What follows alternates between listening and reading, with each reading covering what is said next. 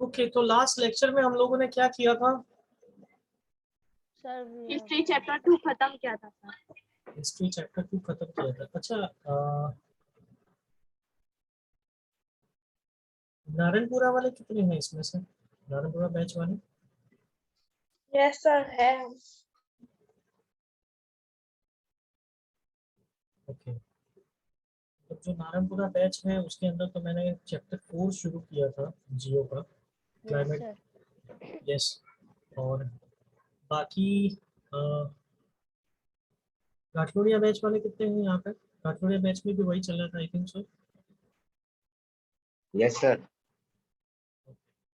इसके अलावा तो कोई है नहीं दूसरे कोई बैच के?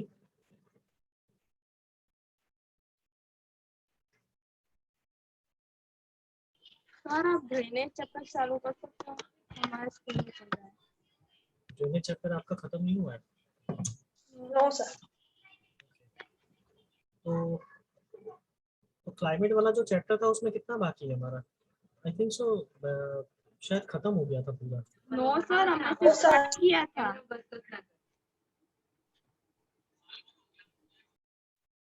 किन लोगों का स्टार्ट किया था, किन लोगों का खत्म किया था? ऑनलाइन वालों का स्टार्ट किया था सर।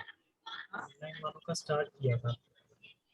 Yes sir. मतलब किसने स्टार्ट किया था? मैंने स्टार्ट किया था? यस सर, वो ऑफलाइन ऑनलाइन मिक्स था ना उसमें। अच्छा, ऑफलाइन ऑनलाइन मिक्स था उसमें। हाँ सर, ऑनलाइन वालों का। ओके, तो एक मिनट ना।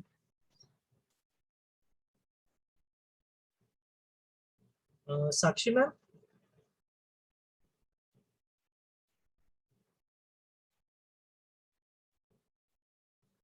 अच्छा एक एक मिनट है, एक मिनट।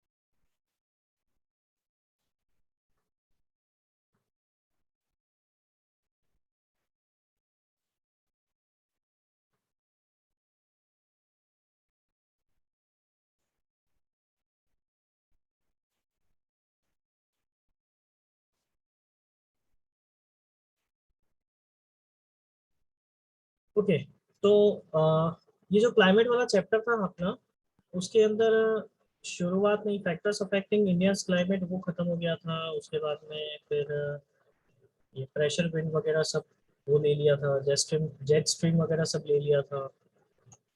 ठीक है, और नारायणपुरा में तो मेरे ख्याल से इंडियन मानसून भी ले लिया था, यस सर।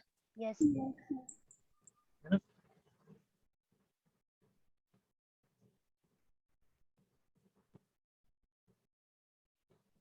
नहीं लिया था माही? सर, मानसून बाकी है। सर वो नारायणपुरा में नहीं है इसीलिए सर। अच्छा, नारायणपुरा में नहीं है, तो माही कौन से ग्रुप में है? घुमा में हूँ। हाँ, घुमा घुमा। अच्छा घूमा ब्रांच का है, तो घूमा ब्रांच का तो मैंने पढ़ाया ही नहीं है। हाँ पर सर मैंने सर ऑनलाइन मैं भी घुमा ब्रांच से। अच्छा अच्छा अच्छा, ओके। ये तो तुम लोगों के लिए तो वापस से मुझे थोड़ा रिवाइज करवाना पड़ेगा। बाकी चलो, थोड़ा वापस से शॉर्ट रिवीजन ले लें इन लोगों के लिए, तो तुम लोगों का भी रिवाइज हो जाएगा, पक्का हो जाएगा, और इन लोगों का भी खत्म हो जाएगा। ठीक है, पर सर हमने डायरेक्ट फोर्थ चैप्टर से स्टार्ट किया।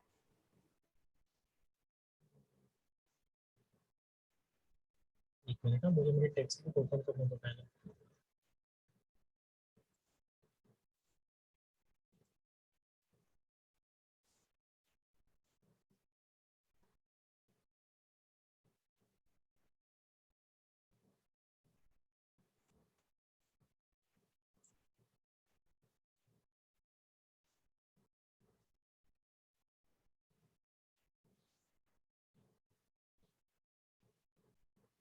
स्क्रीन दिखाई दे रही है?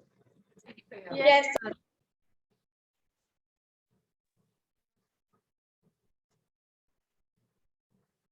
ओके, तो थोड़ा सा रिवाइज कर लेते हैं। तो जिनका चैप्टर शुरू हुआ है, जिनको आगे कुछ पता नहीं हो, जिनका चैप्टर आधे से ज्यादा खत्म हो चुका है, हालांकि घाटपुरिया और नारायणपुरा ब्रांच में काफी आधे से ज्यादा हम लोग ने खत्म कर लिया, तो फिर शॉर्ट रिवीजन ले लेते हैं। क्लाइमेट जो है, what do you mean by climate? सबसे पहले क्लाइमेट को समझने के लिए सबसे पहले तुमको समझना पड़ेगा कि कितनी सीजन्स हम लोग एक्सपीरियंस करते हैं इंडिया के अंदर। तो we are experiencing almost 4 seasons. सबसे पहली आती है समर, दूसरी आती है ऑटम, स्प्रिंग एंड विंटर। ठीक है, तो ये 4 सीजन्स जो है वो हम लोग एक्सपीरियंस करते हैं पूरे ओवरऑल द वर्ल्ड में। मतलब अकेला इंडिया एक्सपीरियंस नहीं करता है, पूरा वर्ल्ड एक्सपीरियंस करता है। उसमें यूजुअली व्हाट इज क्लाइमेट? अब वापस हमारे टॉपिक पे आ जाते हैं। क्लाइमेट मतलब कि क्लाइमेटिक कंडीशंस जो हैं वो चेंज होती हैं, दैट मींस कि सीजन चेंज होती है। ठीक है, वेदर कंडीशन चेंज होती है, दैट मींस क्लाइमेट चेंज हो रहा है। ठीक है, ये सारा सारा सब कुछ जो चक्कर है वो सारा इंटर रिलेटेड है।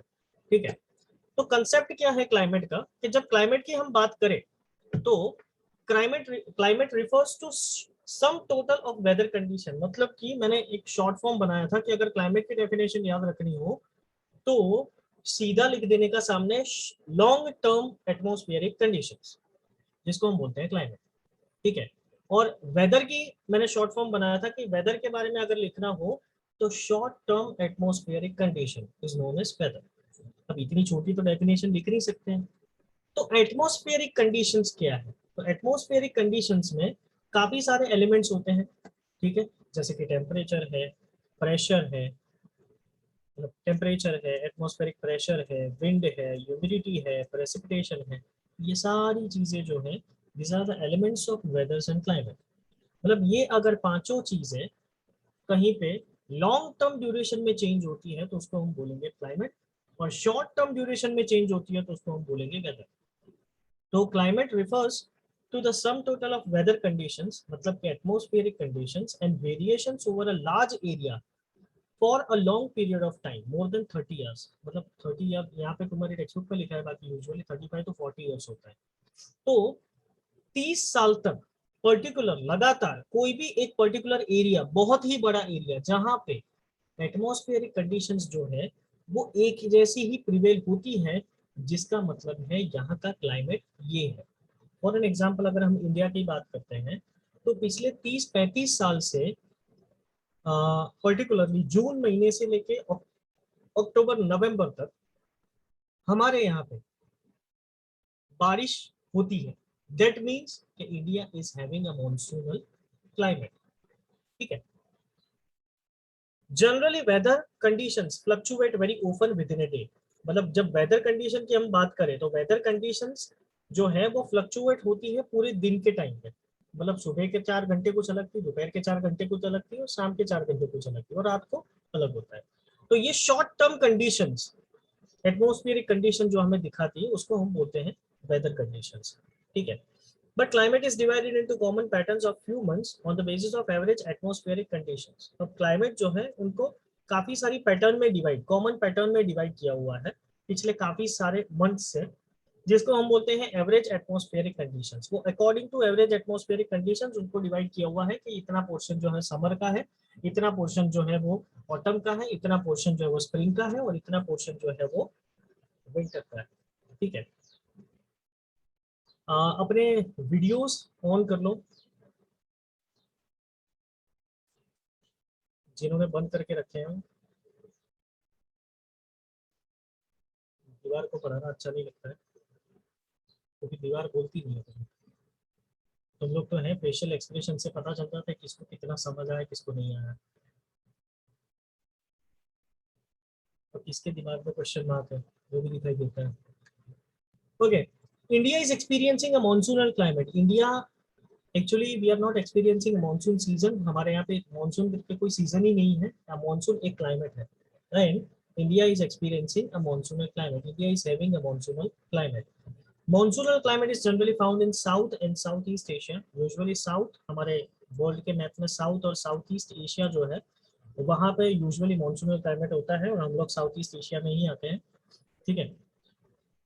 Despite an overall unity in the climate pattern, there are perceptible regional variations and climatic conditions within the country. अगर हम पूरी कंट्री की बात करें तो पूरी कंट्री मतलब India is having a monsoonal climate, पर हमारी कंट्री के अंदर जितने भी स्टेट्स है, north west east, north south east west, ठीक है, तो चारों डायरेक्शन में अकॉर्डिंग टू क्लाइमेटिक कंडीशंस वहाँ के टेम्परेचर वेरिएशंस बहुत सारे हैं. ठीक है, जैसे कि अगर हम जम्मू कश्मीर में चले जाते हैं तो वहाँ पे हमेशा प्लीजेंट एटमॉस्फेयर होता है, कूल. ठीक है, अगर हम साउथ में चले जाते हैं तो because of the influence of sea, 3C, तो क्लाइमेटिक कंडीशंस जो है वहाँ पे वेरिएशंस होते हैं, वेदर कंडीशंस में वेरिएशंस होते हैं. अगर आप सी के पास चले जाते हो तो प्लीजेंट एटमॉस्फेयर मिलेगा, अगर आप सी से थोड़े दूर चले जाते हो तो वो थोड़ा गर्म होगा. वही चीज़ अगर हम वेस्ट में गुजरात में आ जाते हैं, राजस्थान में आ जाते हैं तो ड्राई वेदर है यहाँ पे. ठीक है, और अपोजिट डायरेक्शन में अगर चले जाते हैं वेस्ट बंगाल, आसाम, ये सारी जगह पे, दार्जिलिंग, तो ह्यूमिड एटमॉस्फेयर वहां पे मिलता है. ठीक है, तो काफी सारे वेरिएशंस हमारे इंडिया के अंदर ही है. There exists a change in two important elements, namely temperature and precipitation, as they vary from place to place and season to season. अब यूजुअली क्या होता है कि जो चेंजेस होते हैं पूरे इंडिया के अंदर जितने भी स्टेट्स हैं वहां पे जो चेंजेस होते हैं वो किसका चेंजेस होता है, दो ही चीज का चेंजेस होता है, एक होता है टेम्परेचर और एक होता है प्रेसिपिटेशन. प्रेसिपिटेशन का दूसरा नाम है रेनफॉल. ठीक है, या तो स्नोफॉल, या तो ड्यू, या तो फ्रॉस्ट, कुछ भी कर लो, कुछ भी कह लो, पर main portion rainfall and snowfall. अगर हायर अल्टीट्यूड पे चले जाते हो तो स्नोफॉल होगा, लोअर अल्टीट्यूड पे सी लेवल पे रहोगे तो रेनफॉल. ठीक है, तो ये क्या बोलते हैं कि यूजुअली चेंज किस में देखा जाता है, टेम्परेचर में देखा जाता है और रेनफॉल में देखा जाता है. ठीक है, अब मान लो कि गर्मी का मौसम है और हम लोग गुजरात को क्रॉस करके राजस्थान में चले गए हैं, तो ऑब्वियस बात है बहुत ही ज्यादा गर्मी लगने वाली है. ठीक है, क्योंकि वहां पे खुला एरिया है, डेजर्ट एरिया है और सन इंसोलेशन वहां पे ज्यादा है इन कंपैरिजन टू गुजरात. ठीक है, अब वही चीज अगर हम कोस्टल एरिया पे चले जाए तो गर्मी कम लगेगी पर ह्यूमिडिटी ज्यादा होगी. यही चीज अगर हम हायर अल्टीट्यूड पे चले जाए तो गर्मी कम होगी, ठंड ज्यादा लगेगी. ठीक है, तो this is the variation of temperature. ठीक है, ओवरऑल इंडिया. उसी तरह से प्रेसिपिटेशन मतलब रेनफॉल में भी वेरिएशंस होते हैं. जैसे कि अगर हम कोस्टल एरिया के पास चले जाते हैं तो more than 100 centimetres, 150 centimetres of rainfall.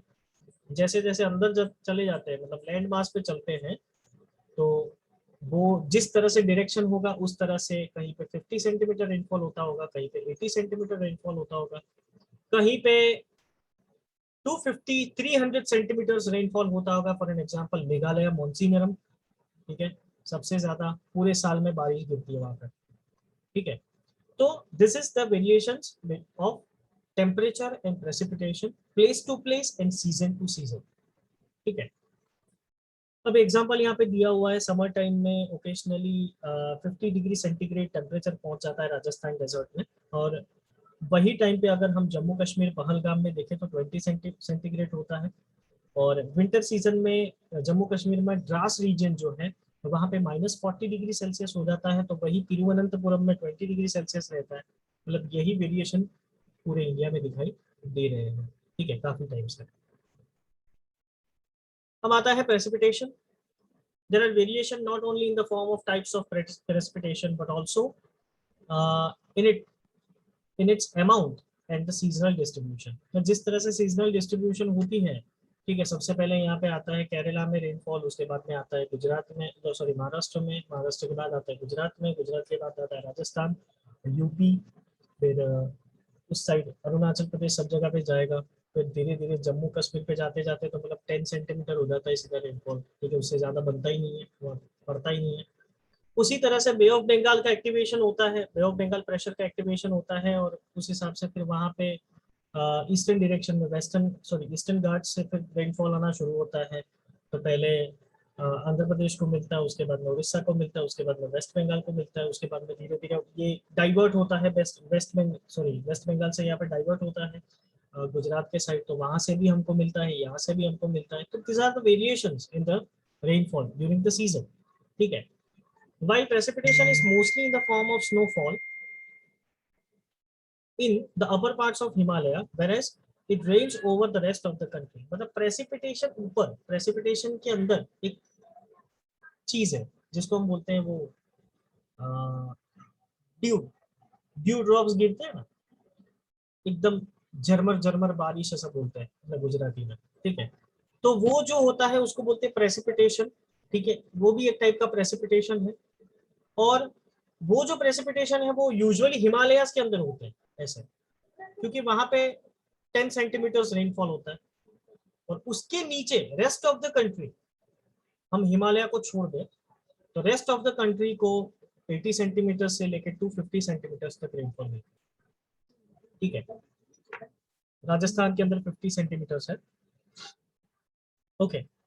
The annual precipitation varies from 400 centimeters in Meghalaya to less than 10 centimeters in Ladakh in western Rajasthan, ठीक है। मैं तो 200 बोल रहा था, ये तो 400 है।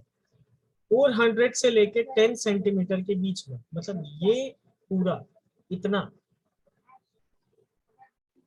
इतना क्लासिफिकेशन होता है रेनफॉल का। कोई जगह है जिसमें 400 सेंटीमीटर मिलती है, कोई जगह है जिसमें सिर्फ 10 सेंटीमीटर मिलते हैं, हालांकि उस टाइम की सीजन सेम ही होती है, ठीक है। तो this are the variations in the climate, this are the variations in the atmospheric conditions. Yes यार सर, ये 10 सेंटीमीटर मींस ग्राउंड से मेजर करते हैं या फिर एटमॉस्फेरिक टेम्परेचर? एटमॉस्फेरिक टेम्परेचर से मेजर करते हैं। और कितना रेनफॉल होता है तो वो क्यूबिक सेंटीमीटर से वो लोग मेजर करते हैं। उनके पास वो होता है मशीन जिसके मतलब वो जब रेनफॉल होगा तो उस टाइम पे वो जहाँ पे क्या बोलते हैं उसको, सी लेवल होता है या तो फिर कोई भी एक पॉन्ड होता है, वहां पे मेजरमेंट रखी जाती है। और कितना पानी पहले था और अभी कितना पानी हुआ, तो वो स्केल जो है वो क्यूबिक सेंटीमीटर में या क्यूबिक मीटर में होती है। उसका कन्वर्जन ये लोग करते हैं कि इतनी बारिश हुई ऐसा। Okay sir. Most parts of the country receive rainfall from June to September, but some parts like Tamil Nadu coast get most of its rain during October and November. मतलब काफी सारे जितने भी पार्ट्स हैं जून से सितंबर में उनको रेनफॉल मिल जाता है। एक ही ऐसा स्टेट है तमिलनाडु जिसको अक्टूबर नवंबर में मिलता है, और जिसको हम बोलते हैं रिपीटिंग मानसून। मतलब जो विंड्स, मानसून विंड्स जो है वो पहले ऊपर जाती है, उसके बाद में जब वापस आती है तब बे ऑफ बंगाल में वापस से लो प्रेशर सिस्टम एक्टिवेट होता है और तमिलनाडु को रेनफॉल मिलता है। और उस टाइम पे जब रेनफॉल तमिलनाडु में आता है तो तब फ्लड आती है और आती ही है। मतलब ये जो 2-3 रीजन्स है जहां पे मतलब कि सबसे पहले तमिलनाडु, दूसरा है उड़ीसा, तीसरा है वेस्ट बंगाल और बिहार, ये जो 4 स्टेट है वो पूरे मॉनसून सीजन में कभी ना कभी फ्लड एक्सपीरियंस करते ही है, ठीक है। क्लियर, पता चला? Yes sir. Yes sir. Sir yes. तो केरला क्यों नहीं करता? वो भी तो करता है। तो उसके बाजू में ही तो है, मतलब वही एरिया। हाँ सर। केरला एक्चुअली क्यों नहीं करता है, क्योंकि वेस्टर्न घाट में इतना रेनफॉल नहीं होता है जो ईस्टर्न घाट में होता है। मतलब अब देखो कि दोनों ही घाट्स हैं, पर वेस्टर्न घाट में 100 सेंटीमीटर रेनफॉल होता है, ईस्टर्न घाट में मोर देन 150 सेंटीमीटर रेनफॉल होता है। इसकी वजह से ये वेरिएशंस दिखाई देते हैं, ठीक है, पता चला। और यूजुअली दूसरा एक रीजन ये भी है, अगर हम ज्योग्राफिकल रीजन देखने जाए तो हमारी जो मॉनसून विंड्स है वो मडागास्कर से निकलती है, मडागास्कर से निकलती है। अब मडागास्कर कहाँ है वो बोलूँ मैं, साउथ अफ्रीका है उसके बाजू में। मडागास्कर से लो प्रेशर सिस्टम एक्टिवेट होता है तो वो सीधा इंडियन ओशन, अरेबियन सी से इंडियन ओशन में जाता है, इंडियन ओशन से सीधा हमारे लेफ्ट हैंड साइड से मतलब कि वेस्टर्न डायरेक्शन से ऊपर जाता है, केरला से जाता है ऊपर। तो वो विंड्स जो है वो लगातार मडागास्कर से लेके केरला पूरा इंडिया कवर करती है। और वो ट्रेड विंड्स जो है वो इतनी फोर्स में होती है कि केरला पे स्टॉप नहीं हो जाती है, वो आगे बढ़ती है। अगर केरला पे स्टॉप हो जाती तो फ्लड वहां पे आ जाता और बाकी सारे इंडिया को रेनफॉल नहीं मिलता। या तो बहुत ही कम मिलता। पता चला ही।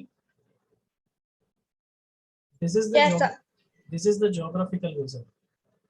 ठीक है, और भी थोड़ा डिटेल में अपने पढ़ेंगे, और भी मैंने कुछ आगे सब बहुत सारी चीजें लिखी हुई है तुम लोग को, जैसे कि हम लोग बोलते हैं कि इस बार रेनफॉल है ना, वो IMD वाले बोलते हैं, इंडियन मेट्रोलॉजिकल डिपार्टमेंट वाले, कि इस बार है ना रेनफॉल बहुत ही कम होने वाला है, तो वो कैसे निकालते हैं एवरेज रेशियो, वो भी सारा हम लोग पढ़ेंगे। ठीक है, हालांकि तुम्हारी टेक्स्ट बुक में नहीं लिखा होगा, पर मैं पढ़ाऊंगा तुम लोगों को, तुमको मतलब मेरे स्टूडेंट्स मतलब नॉलेजेबल होने चाहिए। ठीक है, क्लाइमेटिक कंट्रोल्स। क्लाइमेटिक कंट्रोल्स कौन से ये 6 क्लाइमेटिक कंट्रोल्स हैं। सबसे पहला है लैटिट्यूड, दूसरा है अल्टीट्यूड, तीसरा है pressure and wind, distance from the sea, ocean currents, relief features. ये सारी चीजें जो है वो क्लाइमेटिक कंट्रोल को मतलब क्लाइमेट को कंट्रोल करती है, कंट्रोल में रखती है। ठीक है, अब लैटिट्यूड के बारे में तो तुम लोगों को पता ही होगा कि हमारे अर्थ के अंदर बहुत सारी लैटिट्यूड्स एंड लॉन्गिट्यूड लाइंस है। ठीक है, तो लैटिट्यूड लाइन मतलब जो जितनी भी वर्टिकल लाइंस है उसको हम, हाँ, पैरेलल लाइंस जो है उसको हम बोलते हैं लैटिट्यूड, और जितनी भी हॉरिजॉन्टल लाइंस है उसको हम बोलेंगे लॉन्गिट्यूड। ठीक है, तो ये लैटिट्यूड जैसे जैसे आप क्रॉस करते जाओगे वैसे वैसे टेम्परेचर जो है वो चेंज होता जाएगा। अब वो कैसे, तो पूरे वर्ल्ड को 3 जोन में डिवाइड किए हुए हैं। कैसे, एक इक्वेटोरियल रीजन, उसके बाद में आता है सब इक्वेटोरियल रीजन, उसके बाद में आता है सब पोलर रीजन, और उसके बाद में आता है पोलर रीजन।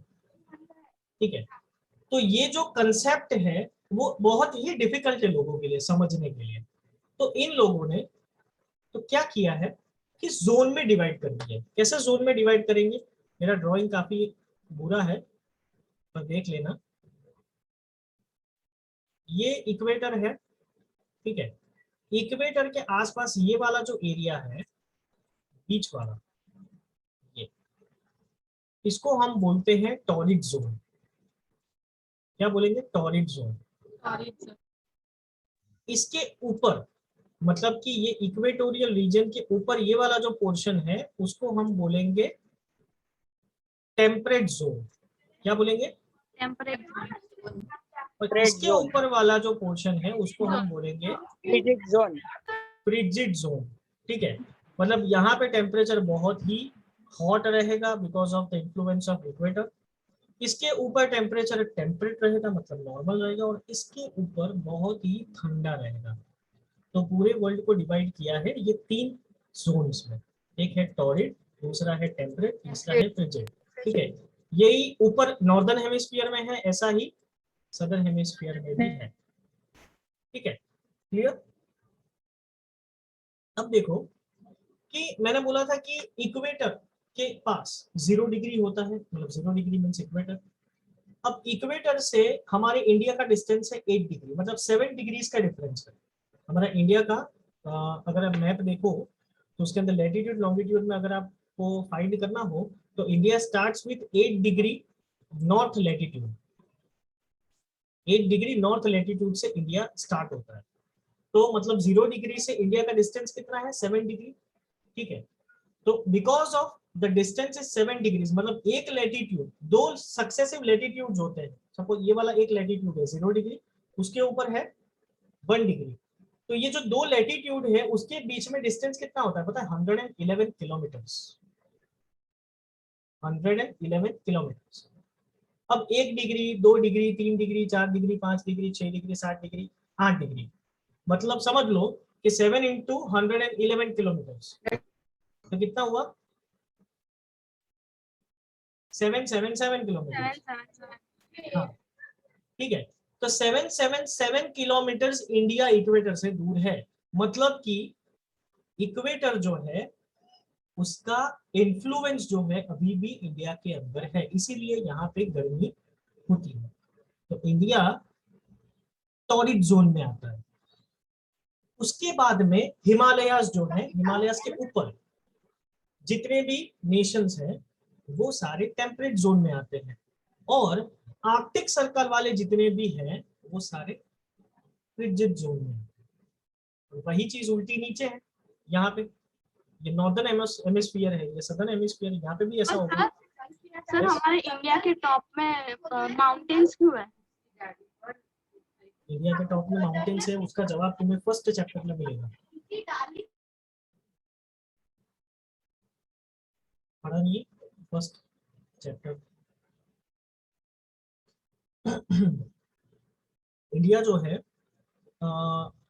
एक्चुअली वो गोंडवाना लैंड में आता था पहले, और गोंडवाना लैंड से जब यूरेशियन प्लेट और इंडो ऑस्ट्रेलियन प्लेट दोनों जब क्लैश हुई, यूरेशियन प्लेट ऊपर थी, इंडो ऑस्ट्रेलियन प्लेट नीचे थी, नीचे से ऊपर आई, ऐसे क्लैश हुई यूरेशियन प्लेट के साथ, तो बीच में 33 सी था।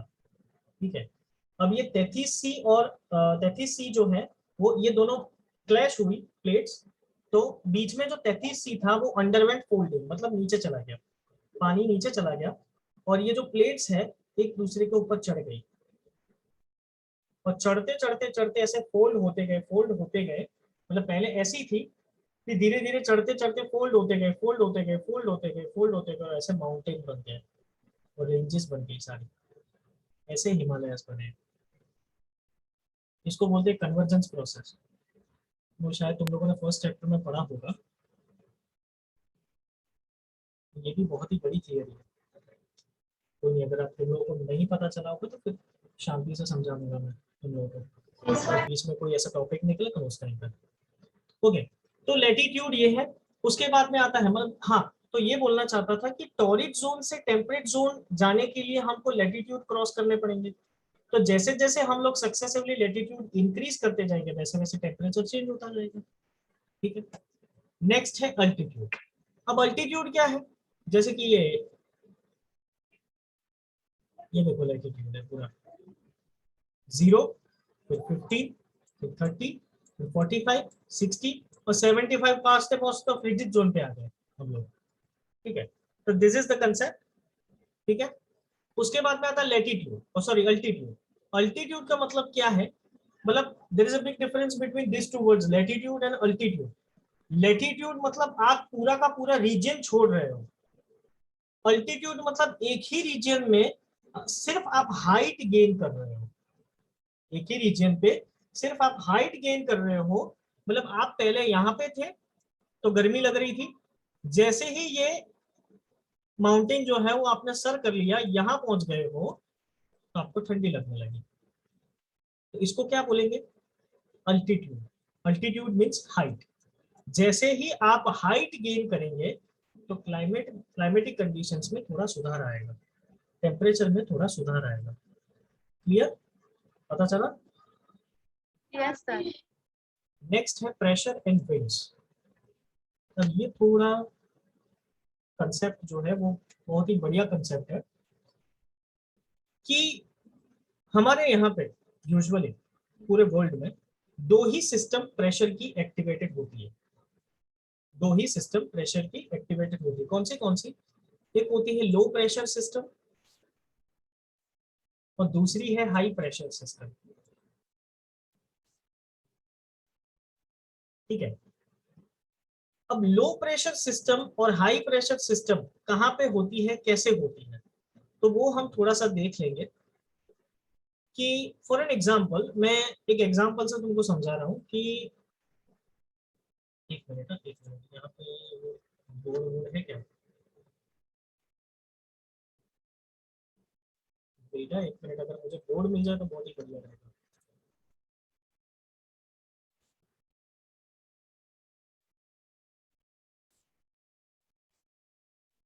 बोर्ड दिखाई दे रहा है तुम लोगों को? यस सर वाइट आ रहा है। हाँ वाइट ना, वही।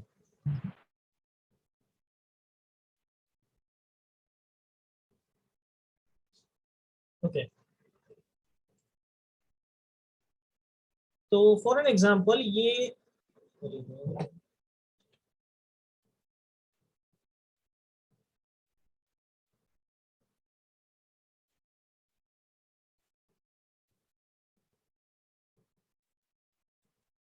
ओके, सपोज करो कि ये लैंड है, ठीक है, और ये ओशन है, ठीक है। अब लैंड के अंदर भी एयर होती है, यहाँ पे बहुत सारी एयर तो सब जगह पे होती है, ठीक है। और ओशन के ऊपर भी एयर होती है, ठीक है। लैंड पे भी एयर होती है, ओशन पे भी एयर होती है, हमारे घर पे भी एयर होती है, सब जगह पे एयर होती है, ठीक है। क्या होता है समर टाइम्स में, समर सीजन में, ये समर है, ठीक है।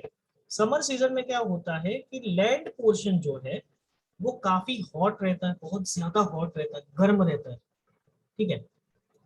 और ये हॉट रहता है जिसकी वजह से यहाँ की जो एयर है वो भी हॉट रहेगी, बहुत बहुत ही ज्यादा गर्म रहेगी, ठीक है।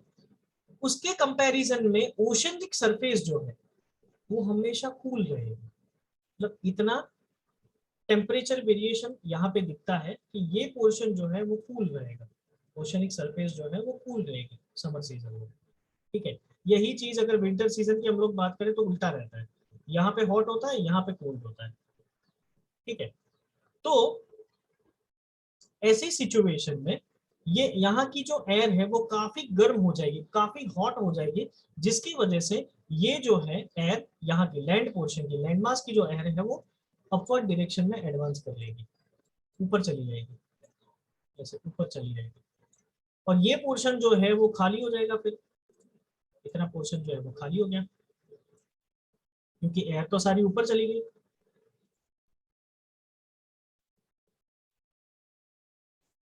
यहाँ चली गई सब एयर, ठीक है। तो ये पोर्शन खाली हो गया, तो this is the imbalance situation.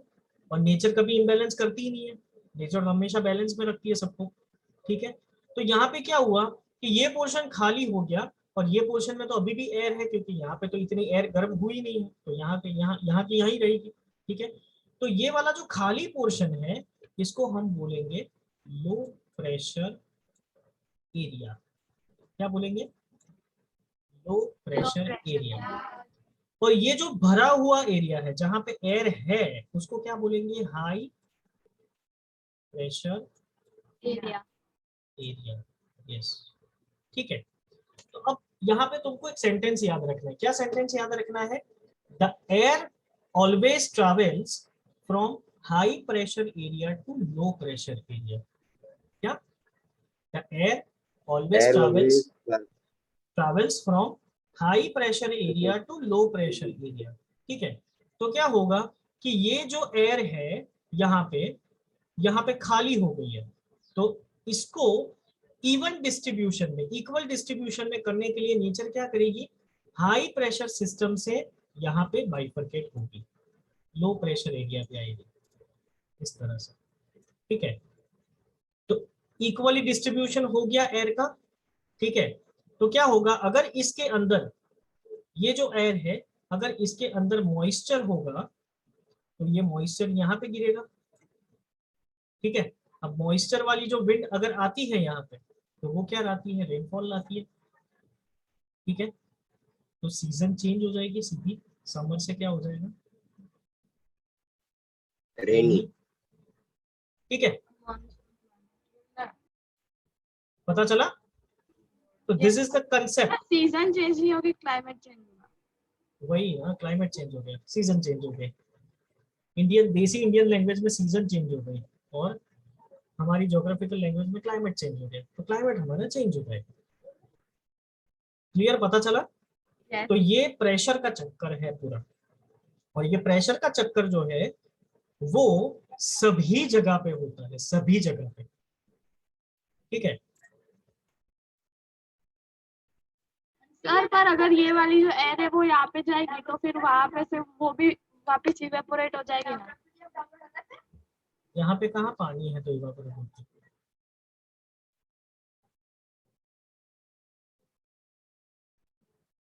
माही आवाज नहीं आ रही है। सर मतलब ये वाली एयर जो यहाँ पे गई वो वाली भी ऊपर ही चली जाएगी ना फिर, तो वो तो खाली रहेगा। नहीं, ये तो ठंडी है ना, तो ठंडी अगर गर्म जगह पे आती है तो इसका टेम्परेचर जो है वो रेस था तो उसको कूल डाउन कर देगा ना,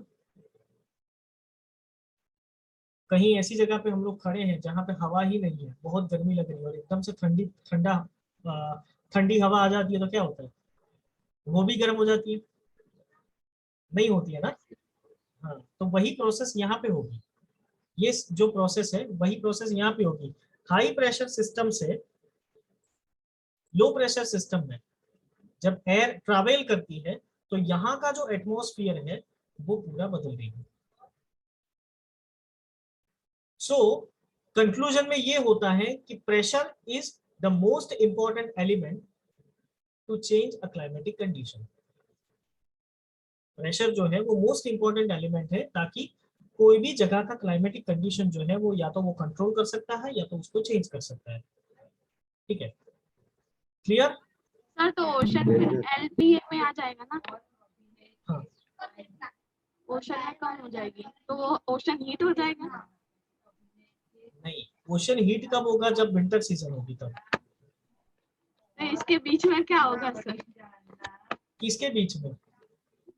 सर समर और विंटर के बीच में ऑटम और स्प्रिंग आती है ना, तो उसमें क्या होगा? देखो, सीजनल सिस्टम अगर मैं आपको बताऊं तो सबसे पहले समर आता है। समर में क्या होता है, लैंड पोर्शन बहुत ही हॉट हो जाता है, एकदम हॉट हो जाता है, इतना हॉट हो जाता है कि हम बहुत ही गर्मी लगती है। ठीक है, टेम्परेचर शायद 45 डिग्री तक भी पहुंच सकता है। ठीक है, उसके बाद में तो सपोज मान लो कि हमें इतनी गर्मी लगती है तो हम लोग क्या करते हैं, एसी चालू करके पंखा चालू करके बैठ जाते हैं। ठीक है, तो हम तो मतलब हमको तो गर्मी से या हॉटनेस से या वार्मथ से रिलीज मिल जाती है। पर पेड़ पौधे को क्या होता है, पेड़ पौधे एसी है उनके पास नहीं है, कोई नेचुरल एनवायरनमेंट भी ऐसा नहीं है। High pressure sorry low pressure हो गया, उसकी वजह से विंड भी ऊपर चली गई है। ठीक है, तो विंड का मतलब कि फ्लो भी नहीं है। तो ऐसी सिचुएशन में क्या होंगे, ट्रीज जो है वो सूख जाएंगे। ठीक है, अब सूखने के बाद दे शेड देयर लीव्स। अब जब ट्रीज जो है वो अपने लीव्स शेड करते हैं because of the rising temperature, तो वो समर सीजन से सीधा हम लोग ऑटम सीजन में आ गए। ऑटम का मतलब क्या होता है, अगर हम गुजराती में बोले तो उसको बोले पानखर ऋतु बोलते हैं उसको, पानखर ऋतु। ठीक है, तो पानखर में क्या होता है, ट्रीज जो है वो अपने जो लीव्स हैं वो शेड कर देते हैं। ठीक है, उसके बाद में जब पहली बारिश होती है, अब इतना हाई प्रेशर सिस्टम लो प्रेशर सिस्टम एक्टिवेट हो गया है तो कहीं ना कहीं से मॉनसून विंड्स तो आएगी। ठीक है, साउथ वेस्ट मॉनसून विंड्स तो आएगी। तो साउथ वेस्ट मॉनसून विंड्स मतलब ये वाली विंड्स है। ठीक है, ये विंड जो है वो ओशनिक सरफेस से मतलब कि हाई प्रेशर एरिया से आती है, और लो प्रेशर एरिया मतलब कि इंडियन लैंड मास है ये। तो ये जो हाई प्रेशर एरिया वाली विंड है वो मॉइस्ट एयर लेके लो प्रेशर एरिया में आती है, जिसकी वजह से यहाँ पे रेनफॉल होता है। मतलब कि the onset of spring, spring season में क्या होता है, बारिश गिरती है जिसकी वजह से जो लीव्स ड्राई हो चुके होते हैं, हाँ, प्लांट्स ग्रोइंग, ठीक है, ग्रो होना शुरू हो जाता है। और फाइनली जब स्प्रिंग सीजन आ जाती है तो पूरा लैंड मास जो है वो तो कूल डाउन हो चुका है because of this moist air. Rainfall हुआ इसकी वजह से, प्रेसिपिटेशन हुआ इसकी वजह से। ठीक है, अब ये प्रेसिपिटेशन हो चुका है, पूरा एटमॉस्फेयर एकदम ठंडा हो चुका है, उसके बाद में east western sorry westerly winds और ईस्टर्ली विंड्स जो है वो ऊपर से मतलब कि हिमालय से नीचे वो विंड्स आती है, और वो विंड्स जो है वो पूरे इंडियन लैंडमास को ठंडा कर देता है। This is winter. मतलब हमारे यहाँ पे ऐसा है कि मॉनसून सीजन साउथ से शुरू होती है नॉर्थ तक, समर सीजन साउथ से शुरू होती है नॉर्थ तक, और विंटर अकेली ही ऐसी सीजन है जो ऊपर से लेके नीचे मतलब नॉर्थ से लेके साउथ में आती है। The wind travels from frigid zone to torrid zone। ठीक है, और बाकी मॉनसून और समर में क्या होता है, टॉरिड टू फ्रिजिड जाती है। समझे? अगर ध्यान से फ्रिजिड कहाँ से आएगा? टेम्परेट आएगा। नहीं, टॉरिड से फ्रिजिड जाती है ना, पर बीच में अटक जाती है बिकॉज ऑफ हिमालयस। ठीक है, क्लियर? अब पता चला कंसेप्ट कि अभी भी थोड़ा डाउट है? सर है एक डाउट। बोलना बोलना, बोलो बोलो बोलो फटाफट, डाउट तो क्लियर करने चाहिए। सर विंटर में ओशन की लाइन कैसे गर्म होगी, वहां पे तो भी तो ठंडी ही होगी ना। Because of warm ocean current. Ocean में भी दो टाइप के करंट होता है, एक वार्म ओशन करंट होता है और एक कूल ओशन करंट होता है। ठीक है, अब विंटर सीजन में ऊपर से नीचे आती है विंड जो है, वो ऊपर से नीचे आती है, मतलब वेस्टर्ली विंड्स जो है वो नॉर्थ वेस्ट या नॉर्थ ईस्ट विंड्स जो है वो ऊपर से ठंडा करते करते नीचे आती है। पर ऐसी सिचुएशन में नीचे से टॉरिक जो ट्रॉपिकल एरियाज जो है, जो इक्वेटर के पास है, तो वो भी गर्मी फेंकेगी ना नीचे से। ठीक है, अब ऊपर की जो विंड्स है वो हिमालय को क्रॉस करके आती है, मतलब हिमालयाज आर द बैरियर्स। वो तो दीवार बन गई हिमालयस, यहाँ से विंड आई हिमालय को, मतलब आगे ही नहीं जाने दे रहा है वो, जिसकी वजह से यहाँ पे जो पोर्शन है, ठीक है, तो ये पोर्शन जो है वो इतना कूल डाउन नहीं होता है बिकॉज ऑफ हिमालयस, एक बैरियर है। ठीक है, अगर मान लो कि एक दीवार है और तुम्हें दीवार के उस पार बॉल पहुंचाना है, तो दीवार पे ठोक ठोक करोगे तो वो वापिस ही आएगा। अगर उस पार बॉल बॉल पहुंचाना है तो क्या होगा, या तो वो दीवार को तोड़ो और या तो वो दीवार को फेंक दो ऊपर से।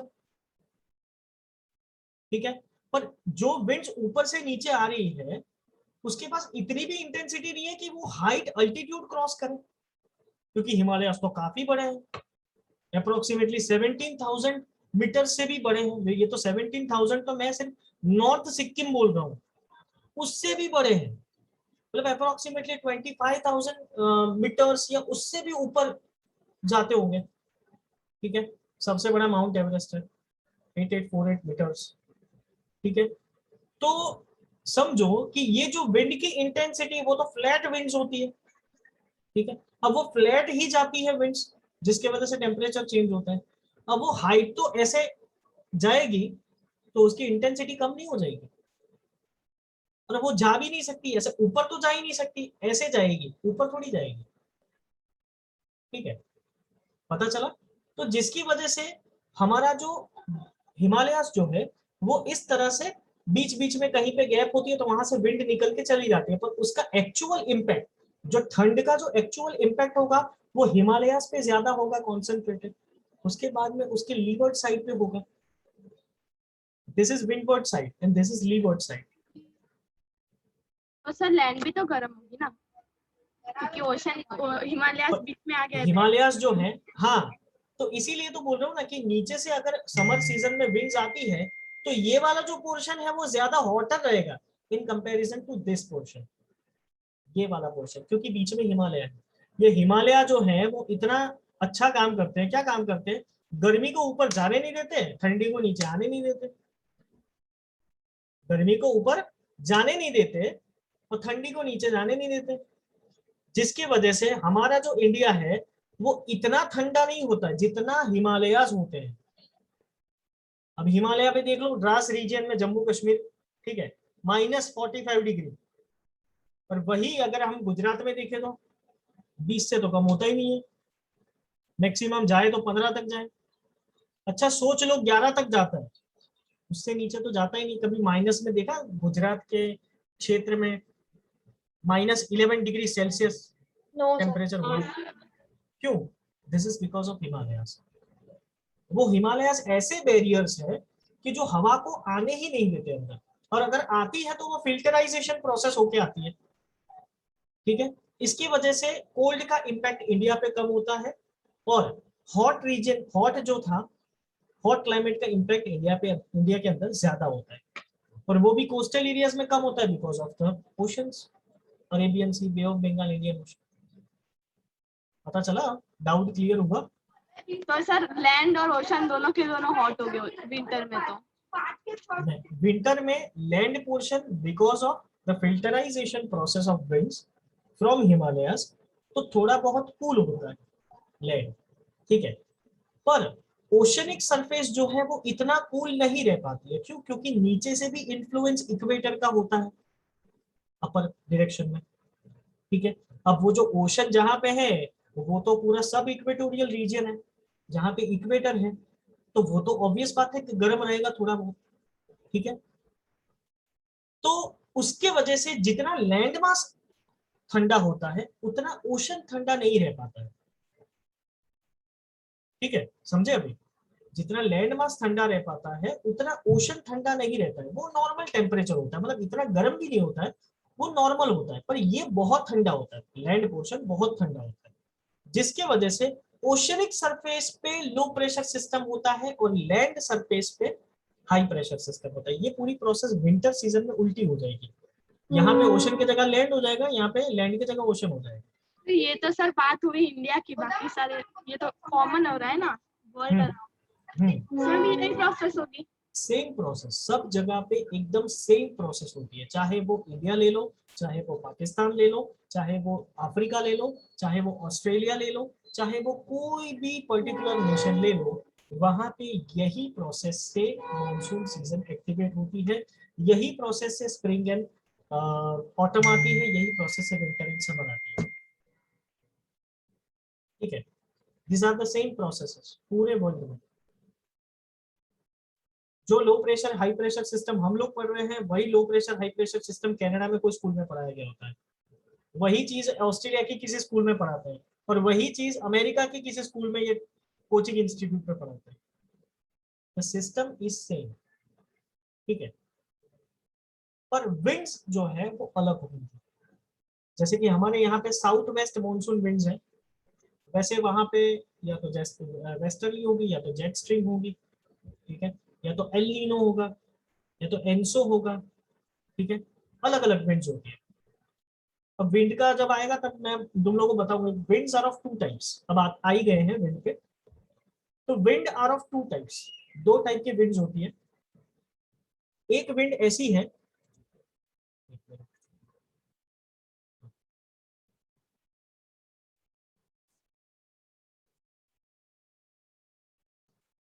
यस, एक विंड ऐसी है जो स्ट्रेट अवे मूव करती है।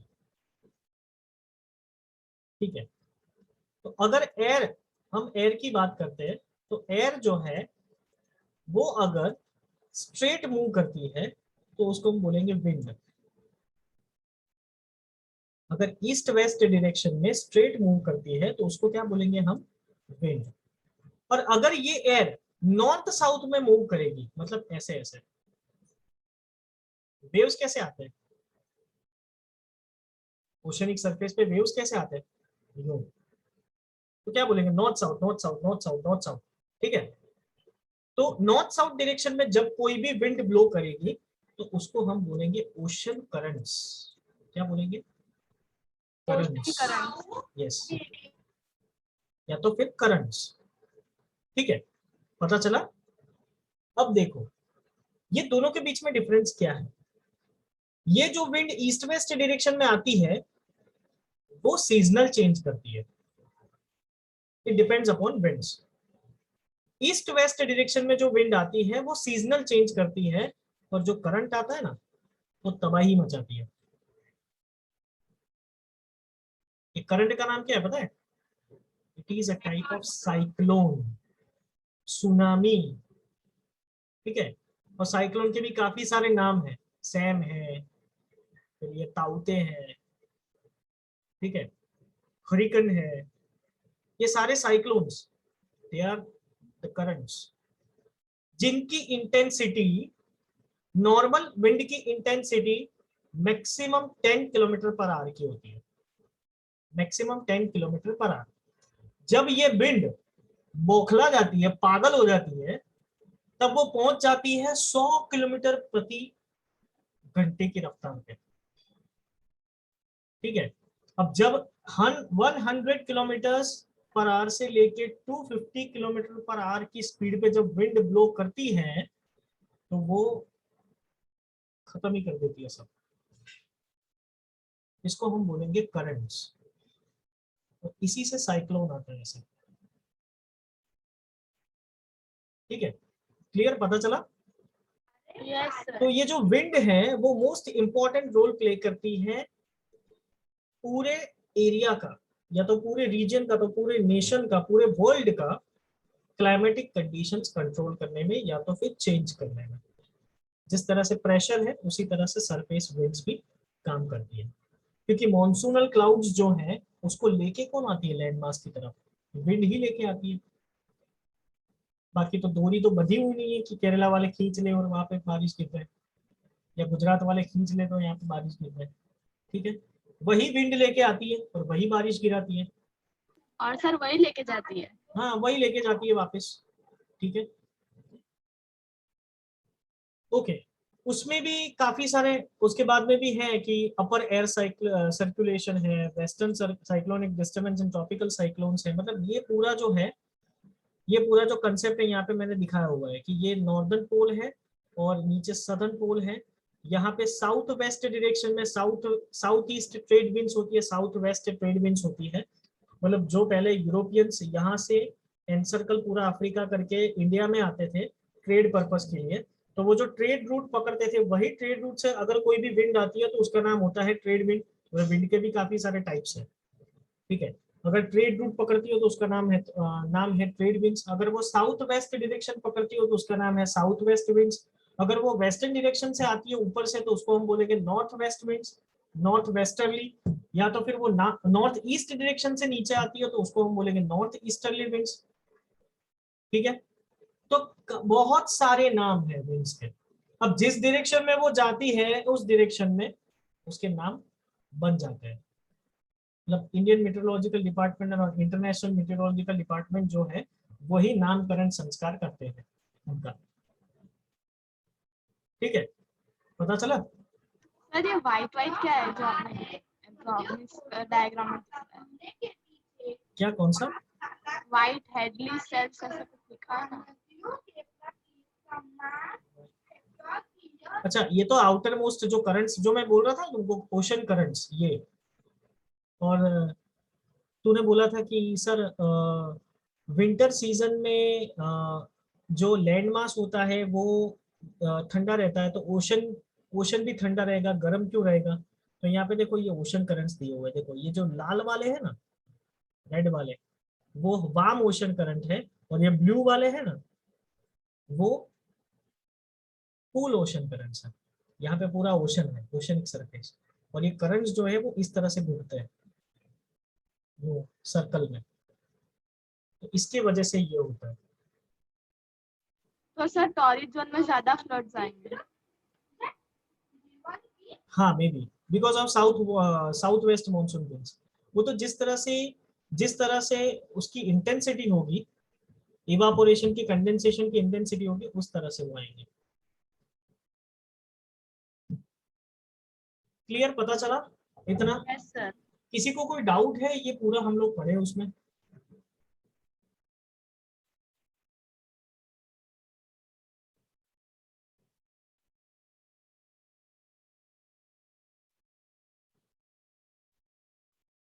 अगर किसी को कोई डाउट। हाँ, प्रेशर तो बाकी रहेगा ना। प्रेशर खत्म हो गया, विंड भी मैंने खत्म कर दी।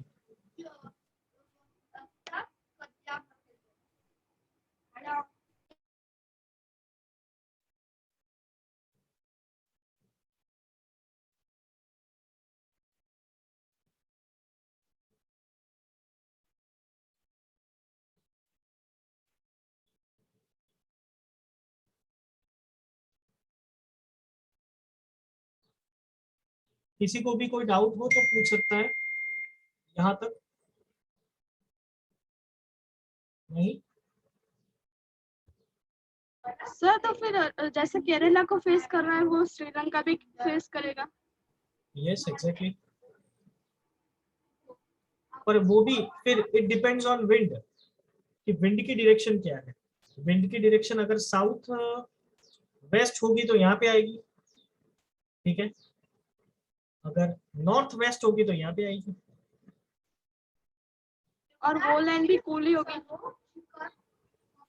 हाँ, बीच में तो ओशन आता है ना, पर फिर भी वो तो इंडियन ओशन ही है ना, सेम प्रोसेस। पर विंटर में वो हॉट होता है ना लैंड। विंटर में हॉट होता है। हाँ, ओशनिक करंट्स अगर वहां पे वार्म होंगे तो वो ओशन जो है वो वार्म होगा। अगर ओशनिक करंट्स जो है वो कूल होंगे तो ओशन करंट्स कूल होंगे, मतलब ओशन जो है वो कूल होगा। तो सर श्रीलंका पे भी इफेक्ट आएगा कि वो भी कूल से हॉट हो जाएगी। जब मानसून सीजन आती है ना, south west monsoon winds activated होती है ना, तब सब जगह पे बारिश गिरती है, इवन श्रीलंका में भी गिरती है। क्योंकि एक्चुअली कंसेप्ट क्या है, तो जो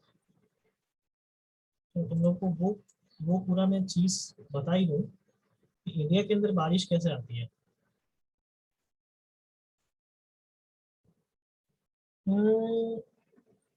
for an example this is Indian land mass, ठीक है, ये पेनिनसुलर प्लेटू है, आधा ही मैंने बनाया हुआ है।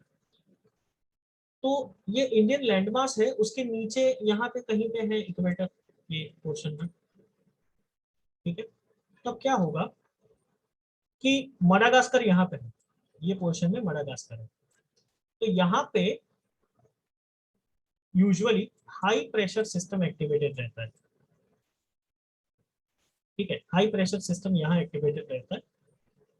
और उस टाइम पे लो प्रेशर यहाँ पे होता है, क्योंकि यहाँ पे तो गर्मी बहुत है, ठीक है।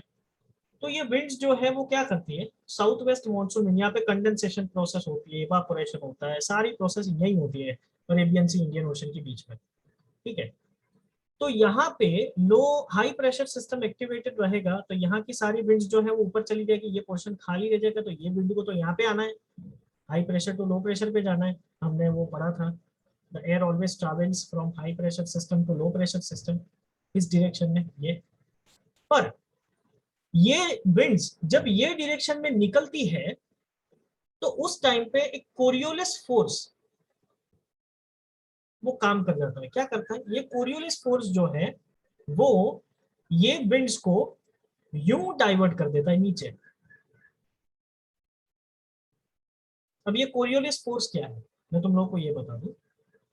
अर्थ जो है वो सन के अराउंड रिवॉल्व करता है ऐसे, ठीक है, और खुद अर्थ जो है वो अपने एक्सिस पे भी ऐसे रोटेट करता है, यस सर।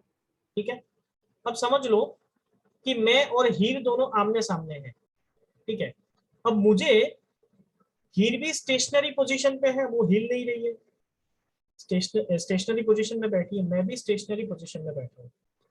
मैंने यहां से बॉल पास किया हीर को, तो अगर हम लोग दोनों स्टेशनरी पोजीशन में होंगे तो हीर बॉल कैच कर लेगी, ठीक है। पर अगर we are sitting in a merry go round, मैं और हीर दोनों आमने सामने ही बैठे हैं, पर हम लोग गोल घूम रहे हैं। गार्डन में जाते हैं ना, वो मैरी गो राउंड होता है छोटा सा बच्चों का खेलने का, तो मैं और हीर मैरी गो राउंड में बैठे हैं, गोल गोल घूम रहे हैं, यूं यूं यूं यूं यूं, ठीक है, एक पर्टिकुलर डायरेक्शन में। और मैंने बॉल पास किया हीर को, तो हीर कैच कर पाएगी? सर वो बाहर चला जाएगा। नो एग्जैक्टली, डाइवर्ट हो जाएगा, डिफ्लेक्ट हो जाएगा इस डायरेक्शन में। तो यही रोटेशन और रिवॉल्यूशन के चक्कर में कोरियोलिस इफेक्ट यहाँ पे इम्प्लाई मतलब अप्लाई होती है, जिसकी वजह से ये हाई प्रेशर विंड्स जो है वो डाइवर्ट हो जाती है इक्वेटर के साथ, ठीक है। अब यहाँ पे आप लोगों का एक और चीज भी सीखने मिलेगी, क्या, कि जब हम छोटे थे ना तब हमको बोला गया था कि दो क्लाउड्स एक दूसरे को ऐसे होते हैं ना, हाँ, तो थंडर होती है, लाइटनिंग होती है, ठीक है। एक्चुअली लाइटनिंग का कंसेप्ट वो नहीं है, लाइटनिंग का कंसेप्ट ये है कि इक्वेटर पे थर्मल करंट होता है। अब बिकॉज ऑफ कोरियोलिस इफेक्ट ये जो क्लाउड्स है वो नीचे ऐसे इक्वेटर पे आ गए, इक्वेटर पे आ गए, जिसकी वजह से इक्वेटर पे जो थर्मल करंट था वो क्लाउड्स के अंदर मिक्स हो गया, ठीक है।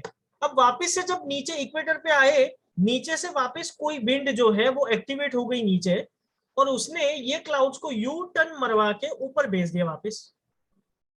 तो दूसरी बार यहां इक्वेटर पे आ गए क्लाउड्स, वापस से थर्मल करंट मिक्स हो गया, ठीक है।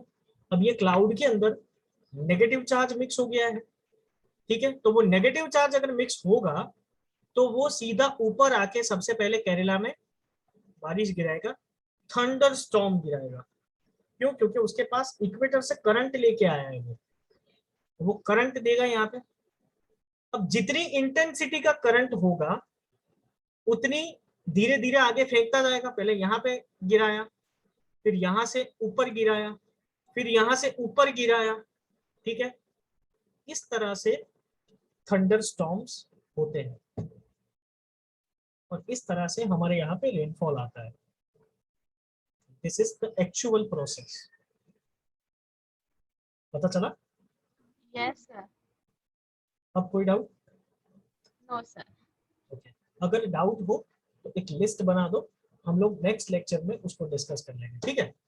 Okay okay, yes sir bye bye. Bye sir. Bye sir